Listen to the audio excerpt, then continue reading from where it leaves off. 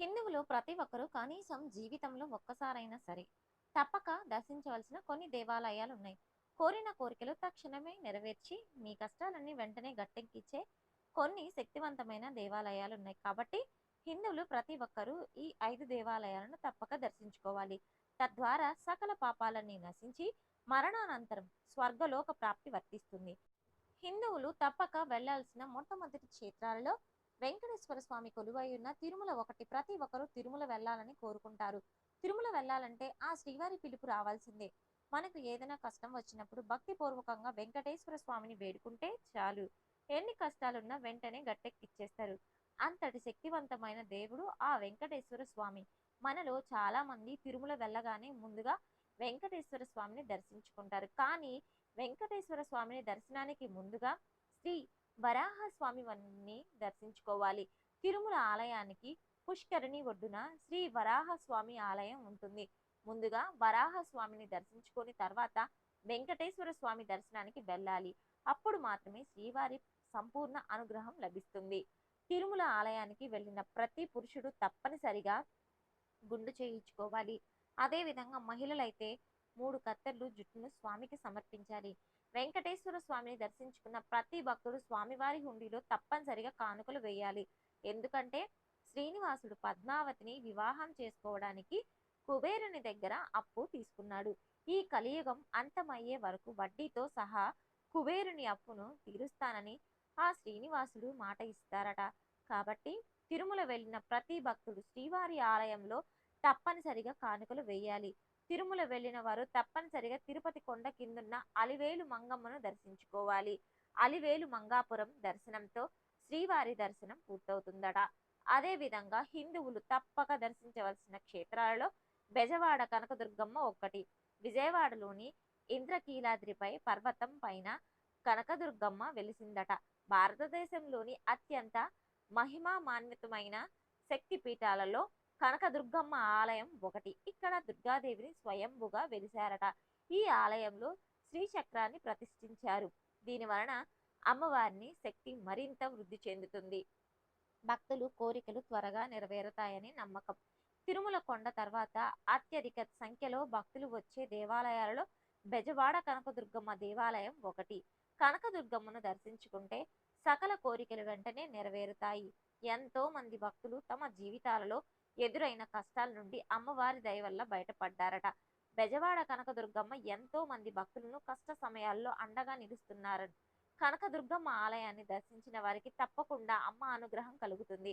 పరమేశ్వరుడు అగ్నిలింగ రూపంలో వెలసిన అద్భుత క్షేత్రాలలో అరుణాచలం ఒకటి. ప్రపంచంలోనే అతి పెద్ద శివాలయాలలో అరుణాచలం ఒకటి. జీవితంలో ఒక్కసారైనా సరే అరుణాచలం వెళ్ళాలట. అరుణాచలం వెళ్ళిన అరుణాచలంలో గిరి ప్రదక్షిణం చేసిన మీ తలరాత మారిపోతుందట. బ్రహ్మ రాసిన తలరాతను బ్రహ్మ కూడా మార్చలేరు. కానీ అరుణాచలం వెళ్తే మన తలరాతలో ఉన్న దురదృష్టం జరిగిపోయి సంపూర్ణ శివానుగ్రహం లభిస్తుందట. అరుణాచలంలోని గిరి ప్రదక్షిణ చేస్తే ఇక మీ కష్టాలని వెంటనే తీరిపోయి మీ కుటుంబానికి అఖండ రాజయోగం వర్తిస్తుంది. అరుణాచలంలోని గిరి ప్రదక్షిణం ప్రారంభించే ముందు వినాయకుడిని దర్శించుకొని గిరి ప్రదక్షిణం ప్రారంభించాలి. అరుణాచలంలో గిరి ప్రదక్షిణ చేసేటప్పుడు మొత్తం 8 శివలింగాలు కనిపిస్తాయి. వీటిని అష్టలింగాలు అని పిలుస్తారు. భక్తులు గిరి ప్రదక్షిణ చేసేటప్పుడు ఈ 8 లింగాలను తప్పనిసరిగా దర్శించుకోవాలి. అయితే అనారోగ్య సమస్యలతో బాధపడేవారు గిరి ప్రదక్షిణ చేసేటప్పుడు యమలింగం దగ్గర విభూదిని తీసుకోవాలి. ఈ విభూదిని ఔషధంలా తీసుకుంటే దీర్ఘకాలిక అనారోగ్య సమస్యలన్నీ తీరిపోతాయట. గిరి ప్రదక్షిణ చేసేటప్పుడు వీలైనంత వరకు మౌనం పాటిస్తూ మీ మనస్సులోని శివుణ్ణి స్మరించుకోవాలి. పౌర్ణమి రోజున గిరి ప్రదక్షిణ చేస్తే రెట్టింపు పుణ్య ఫలితం లభిస్తుంది. ఈ విధంగా అరుణాచలంలోని కొండ చుట్టూ ప్రదక్షిణ చేస్తే సకల పాపాలన్నీ నశించి కోరిన కోరికలు తప్పక నెరవేరుతాయి అని నమ్మకం. గిరి ప్రదక్షిణ పూర్తయిన తర్వాత అరుణాచలంలోని కొలువై ఉన్న అరుణాచలేశ్వరుని దర్శనానికి వెళ్ళాలి. ఇక భక్తులు తప్పక దర్శించుకోవాల్సిన క్షేత్రాలలో శ్రీశైల మల్లికార్జున క్షేత్రం ఒకటి. ఇది అత్యంత శక్తివంతమైన శైవ క్షేత్రం. ఇక్కడ మల్లికార్జున స్వామివారు శివుడు అలాగే భ్రమరాంబికాదేవి కొలువై ఉన్నారట. పార్వతీదేవి ఈ శ్రీశైల క్షేత్రంలో శివశక్తి స్వరూపమే జ్యోతిర్లింగ మరియు అత్యంత శక్తివంతమైన శక్తిపీఠం రెండు ఒకే చోట కొలువై ఉన్నాయి.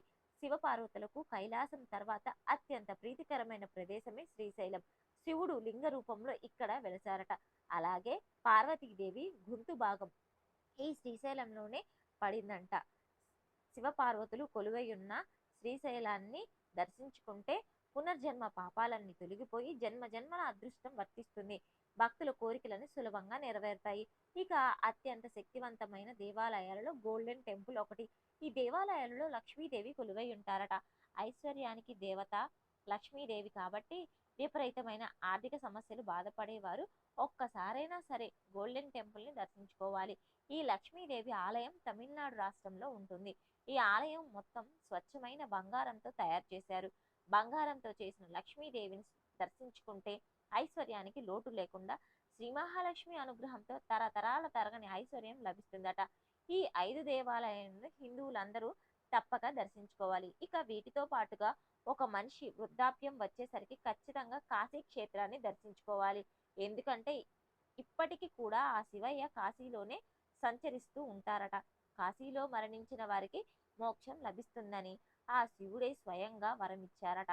కాశీలోని గంగా నది ప్రవహిస్తుంది. గంగా నదిలో స్నానం చేసి కాశీ విశ్వనాథుడిని దర్శించుకుంటే ఇక మీ జన్మ ధన్యమైనట్లే. ఫ్రెండ్స్, ఈ వీడియో కనుక నచ్చితే లైక్ చేసి సబ్స్క్రైబ్ చేసుకోవడం మాత్రం మర్చిపోవద్దు.